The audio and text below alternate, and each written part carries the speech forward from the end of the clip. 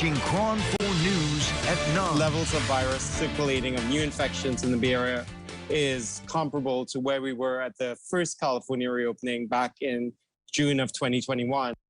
Now at 9, starting April 1st, the state will drop its proof of vaccination or negative test requirement to enter indoor, what they call mega events with crowds of 1,000 people or more. Good evening, everybody. Thanks for being with us tonight on KRON 4 News at 9. I'm Grant Lotus. And I'm Vicki Liviakis. All Bay Area counties are following the state's lead beginning late next week. KRON 4's Taylor Bisacky joins us now live from the newsroom. Taylor, you spoke with an infectious disease expert. What are they saying? Well, Dr. Peter Chin-Hong with UCSF says he supports this latest decision. He says it speaks volumes about the city's case rates and outlook when San Francisco, one of the most conservative cities in the country throughout the pandemic, is no longer requiring proof of vaccines or a negative test at large indoor events.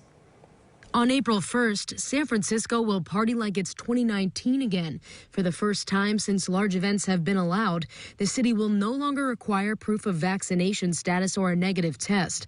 The county is aligning with state guidelines by dropping these requirements for indoor mega events with crowds larger than 1,000 people. The fact that some of the most conservative counties, San Francisco, Santa Clara County, LA County, which have really been the most careful during the pandemic, have signed on, means that we're really in a good place right now. Despite information about a new variant known as the BA2 variant, infectious disease specialist at UCSF, Dr. Peter Chin-Hong, believes it is safe to lift these restrictions. I think that when variants come on board, and this is a sublineage that's very, very similar to the body, like Omicron, it's not like it's going to go up in a big steep curve. It's going to be very gradual. And I think we'll be able to predict it with wastewater epidemiology, as well as a traditional measure of number of new cases. According to the San Francisco Department of Public Health, individual businesses like the Chase Center can choose to keep any safety measures in place.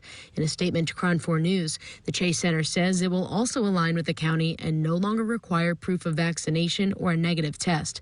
Meanwhile, vaccinations and masks are still strongly recommended. I think we all enjoy the times when the numbers are low.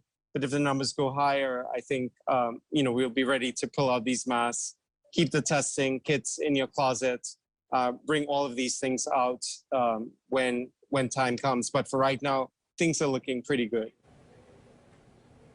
Now, Dr. Chin-Hong says the levels of new infections in the Bay Area is comparable to where we were last June when California first started reopening. And as of March 13th of this year, when numbers were last updated, San Francisco's 7-day rolling average case rate was 8.7, the lowest it's been so far this year.